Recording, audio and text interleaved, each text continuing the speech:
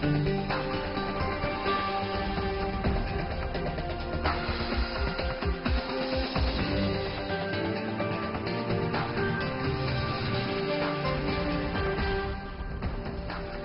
and welcome to World Insight with me, Tian Wei. The program comes to you live from Beijing on CGTN. Coming up on today's program, U.S. Defense Secretary James Mattis is in Beijing for a visit at a time of strained trade and military ties between China and the U.S.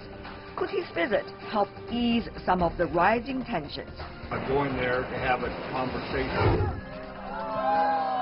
And China makes its presence felt at the 2018 World Cup without a qualifying team. Are Chinese brand sponsors and the droves of Chinese soccer fans in it for the long run?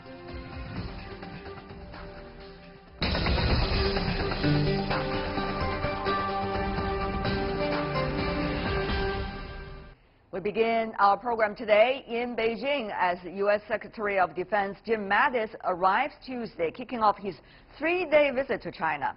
It is Secretary Mattis' first visit to China as Pentagon chief, and he says he's going into talks with Chinese officials without any preconceived notions. The top goal of his visit is said to be denuclearize the Korean Peninsula on the heels of a U.S. decision to drop China from taking part in Pacific naval exercises. As the U.S. Defense Secretary is known to be resolute on China's military affairs, could his visit lead to some consensus? New talks with a new attitude. The U.S. Secretary of Defense James Mattis is adopting a less confrontational tone as he landed in Beijing, the first visit to China as Pentagon chief. While on his way, Secretary Mattis says he is ready for a conversation with China and indicated he has an open mind. So I want to go in right now without basically poisoning the well at this point, as if my mind's already made up. I'm going there to have a conversation. He says he wants to focus on strategic security issues rather than disputes in the South China Sea, softening his tone from last month when he criticized China's military behavior in the area, a claim China denies. Military relations have cooled between China and the U.S. after Mattis canceled China's invitation to the RIMPAC exercise. As a warning to Beijing, U.S. strategic bombers have patrolled the region, which prompted China to install more air defense systems on islands. Meanwhile, Washington's plan to sell more weapons to Taiwan has triggered strong protests from Beijing. The Chinese Foreign Ministry said military relations have always been an important part of China-U.S. ties, despite spiraling tensions between Beijing and Washington over trade. 关键是双方不管是在哪个领域 What's crucial is that both sides, no matter what area, can, in a spirit of mutual respect and understanding, expand cooperation and manage differences to appropriately handle disputes between the two countries. The visit also comes at a critical time for diplomacy over the denuclearization on the Korean Peninsula after the Singapore summit. China has welcomed the decision to postpone joint U.S. military exercises with South Korea to give diplomacy a chance to work. And Mattis will visit U.S. allies South Korea and Japan before returning to Washington.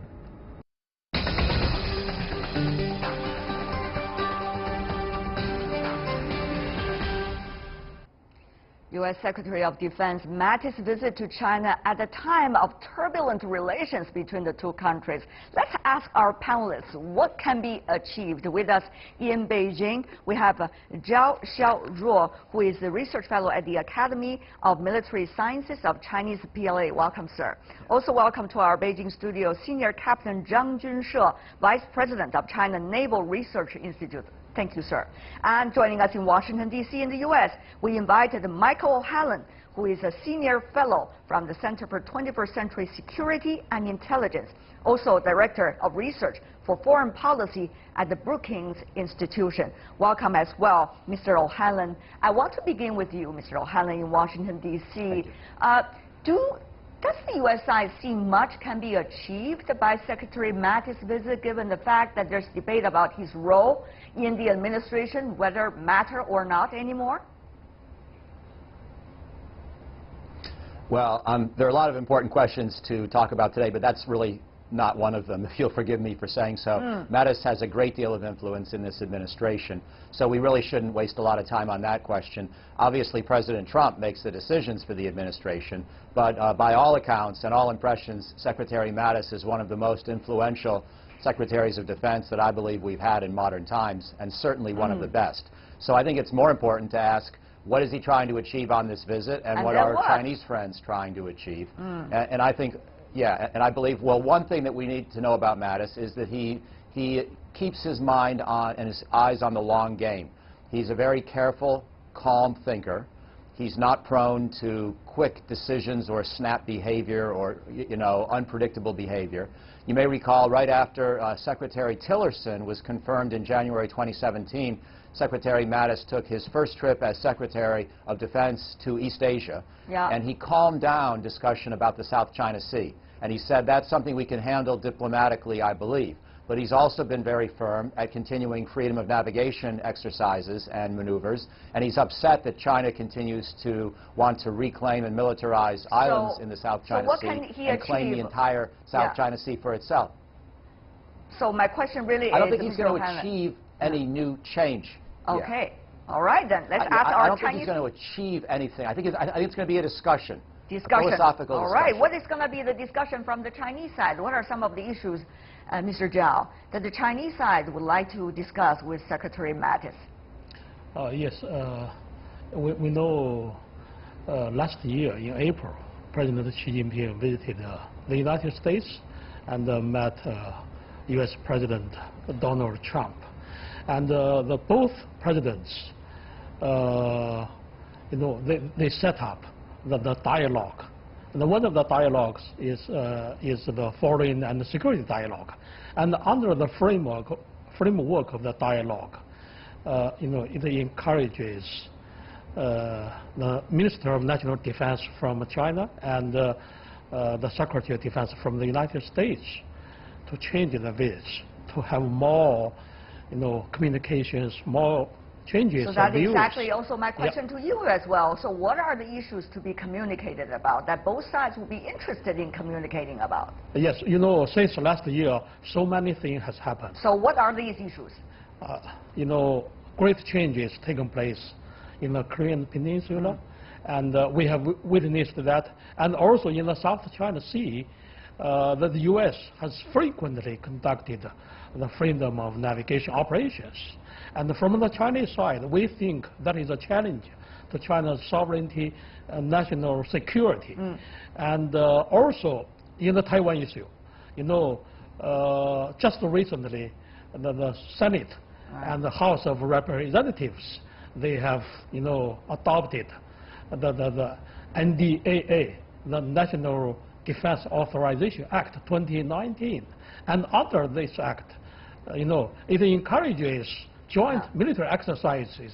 So Taiwan issue is going to be one of those as well. So Mr. Zhang, let me ask you about it. There are a lot of issues that both sides do not see eye to eye about, and therefore make a discussion extremely difficult. So is there an easy point to begin with? I mean, after all, negotiations or discussions has to have some kinds of result, at least some kind of consensus. Only exchanging views will be a waste of time, some would argue. Mr. Zhang, what do you think? Well, I don't think so. I think the talks and discussions Mr. Mattis will have with the Chinese state and military leaders will help promote mutual understanding and reduce misunderstanding, miscalculations, and avoid conflicts. What do you think are the miscalculations that the Chinese side would love the U.S. to reduce in a way? So what are the issues that the Chinese side really need to communicate with the U.S. side and ask them to do what? Well, Mr. Mattis, before he left for China, he said he will listen to what the Chinese leaders say. I think the miscalculation, misunderstanding of the U.S. side on the Chinese side may be the prominent issue. Like what? Like the South China Sea issue. The United States has been accusing China of militarizing the South China Sea. But China holds that it is the United States who has been militarizing the South China Sea by sending warships and military airplanes, just as Mr. Zhao said, into the territorial waters of China, the islands and reefs in the South China Sea, and the adjacent waters of the islands and reefs of China in the South China Sea to conduct the so-called freedom of navigation operations. So you think this is the key issue. Mr. O'Hanlon, it seems that Mr. Mattis, as the Secretary, has a lot to answer from the Chinese side about the South China Sea issue. Chinese see it as misunderstanding, miscalculation, and also somewhat too much free willing coming from the U.S. side in the region. Yeah, let me say a couple of things. First of all, if the South China Sea is our main issue of contention between Beijing and Washington, that would be fortunate, frankly, because I worry more day to day about North Korea and also Taiwan. I think those are both actually more dangerous issues. The South China Sea, I think we have to take a broad historical perspective, and I think Secretary Mattis is very good at this. On the one hand, we know that a rising China is going to want to have more influence in its neighborhood. That's the way that great powers behave. On the other hand, rising powers can also be dangerous because they sometimes try to do too much. And frankly, the South China Sea is international waters. And China has no business preventing other ships from trying to operate in that area. That's the United States' view. As to militarizing the South China Sea, I have a proposal. Why don't we agree we'll militarize it equally? In other words, let's stop it about where it is right now. I assess that the U.S. assets that occasionally go through the South China Sea are roughly comparable to what China has put on its reclaimed islands. Maybe we should all just call a moratorium and try to freeze at the level we're at right now. This could be a way to stabilize the situation. Status quo, is that the really solution? Mr. Zhang? I don't think the freedom of navigation operations conducted by the U.S. Navy is normal, because they have been conducted inside the territorial waters of China, for instance, in the Xisha Islands, the islands and the reefs which belong to China. It's not in the international waters. Okay, kick the box, I guess. I guess the Secretary and the Chinese side has a lot to discuss about that. We can already see the demonstration of it among the three of you, gentlemen. Another issue that we need to move on, Mr. Zhao, is the DPRK issue, and shall we say even more specifically, the Korean Peninsula denuclearization. Korean Peninsula denuclearization means several things. That means DPRK's denuclearization. Yeah. It also means the apparatus and the kinds of so-called defense mechanism that the U.S. and its allies established for nuclear issues is also part of the Korean Peninsula denuclearization. So will those issues be thoroughly discussed? Mr. Zhao? Yes, I think so. You see, the denuclearization, I think it covers the DPRK. And also it covers the whole peninsula, Korean Peninsula, including the ROK to develop nuclear weapons, and also including the United States deploy nuclear weapons in the DPRK or the around areas. And just as we have witnessed over the past month, I think great changes has happened, and it is a move in a positive direction. You know, last year China raised the proposal of suspension for the DPRK to suspend the nuclear and missile launch tests, and from the United States and the ROK to suspend the joint military exercises. And we are lucky, we are fortunate to see this has been achieved. So temporarily. Temporarily, for the time being. So I think it is very important for the parties to concerned to keep the momentum. All right. Mr. O'Hanlon, of course, it is well known that Secretary Mattis was actually informed later that there's going to be a suspension of joint military exercises between South Korea and the United States. It was announced first by the U.S. President Donald Trump in Singapore. Having said that, though, what about the military's role in making sure that so-called double suspension, that's the Chinese call it, what the U.S. call it, let's just make it that way, there's a joint statement, be in the United States, and that role of the Secretary Mattis? Well, my view for a long time has been that the United States and the Republic of Korea have options of breaking our big exercises down into several smaller parts. And I think we can be just as effective in preparing our combat readiness in that approach. So I support this general concept of a freeze for a freeze, or whichever term you want to use. But it's also important to remember that as far as we know, North Korea's enrichment of uranium and its plutonium programs continue even today, even with this happier and warmer diplomacy.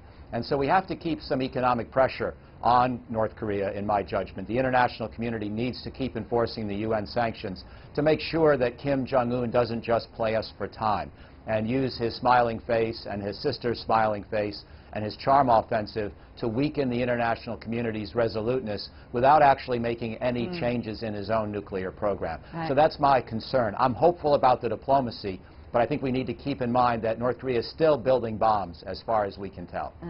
Mr. O'Hanlon, there are several issues. One is that within the administration, you heard different voices about the so-called timetable for DPRK to comply with its commitment that is signed into the joint declaration.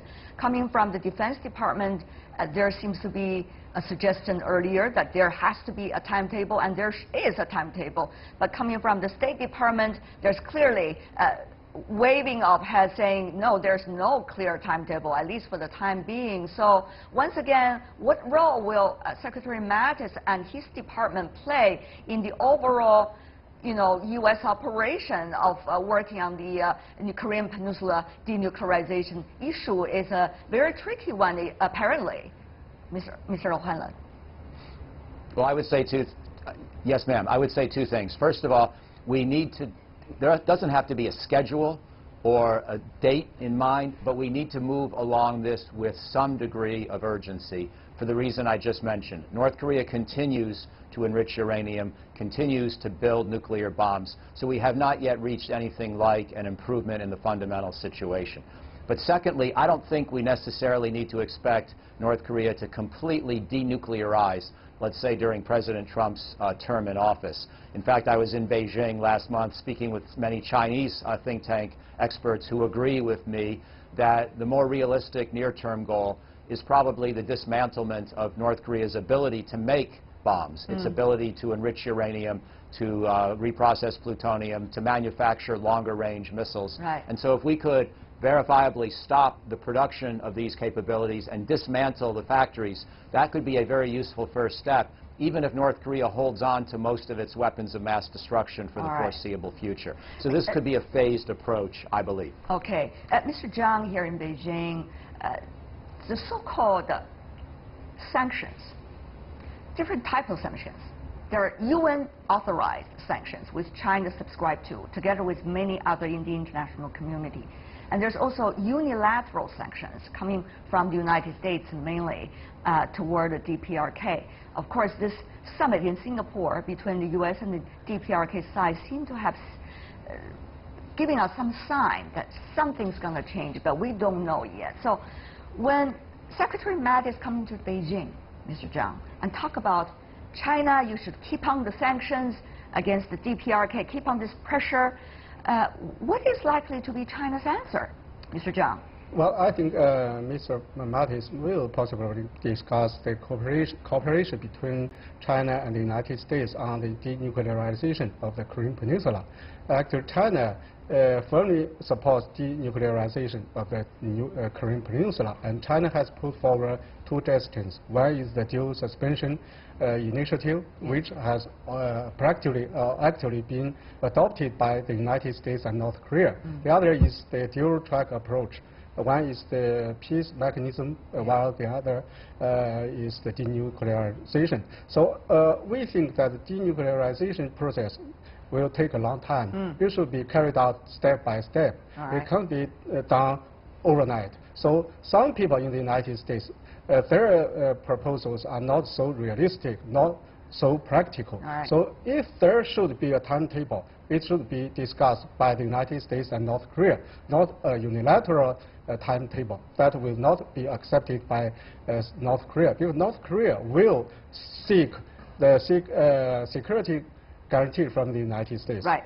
So it has to be step by step, and they have to have a timetable with one another. One implemented, the other will implement their part. So that's how it goes. That's how it used to go in the six-party talks. Having said that, though, another issue, Taiwan, which is very important to China's agenda. This is what China considers as a fundamental interest, a national interest. Yeah. About that part, China has not been invited into the joint military exercises recently the U.S. held with its allies, even though China was invited last year, Mr. Zhao. But having said that, though, there are signs, as you mentioned earlier, the U.S. is likely to participate in some military joint exercises related to Taiwan. That's going to be a big issue for China, even though it is only a draft of legislation right now in the U.S. Yeah. That is a very big and very dangerous move. I think, from the United States, they are quite clear. Taiwan issue is so sensitive to China, to Sino-U.S. relations. I think there are so many steps from the United States, from the Congress, from the administration, yes, from the Pentagon. So many steps. I think the U.S. is pushing things, forward to a dangerous level. So here, I'd like to remind the United States, be careful. So the U.S. may, play fire, and if something happens, it will be, a big event. Of course. For the U.S. and for China-U.S. That is exactly the final question. I want to go to you, Mr. O'Halloran, very briefly from you as well. With as an analyst, how do you see the turbulent time of China-U.S. relations as represented by the trade dispute that is going on right now? July the 6th is coming right now, so a lot of debates, a lot of anxieties in both countries, at least in the business circles. But whether people wonder it's going to spill over to the other sectors of the bilateral relations, military to military, for example, that's going to be extremely dangerous. Mr. O'Halloran, your thoughts? Well, I do agree that these issues are linked in a very broad sense, which is that if they all tend to go badly at once, then one can imagine a climate of true distrust and lack of cooperation developing between China and the United States. I don't see that happening right now. I think we're having a lot of honest disagreements about the South China Sea.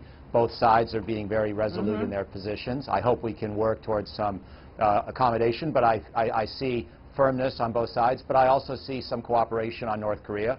And I agree with my Chinese friend. The United States and China both need to be careful about the Taiwan issue. And I think both sides actually appreciate that, although some people in Congress push this and some people in China push this a little. Overall, I don't think we've gotten to a point where all the issues are going in the wrong direction simultaneously, and I hope we never get there. All right, that is our hope, certainly from this panel, the three of us, or the four of us. Thank you so much, the three gentlemen, for being with us. Zhao Xiaozhuo, Zhang Junshe, and Michael O'Halloran. Really appreciate it. Thank you.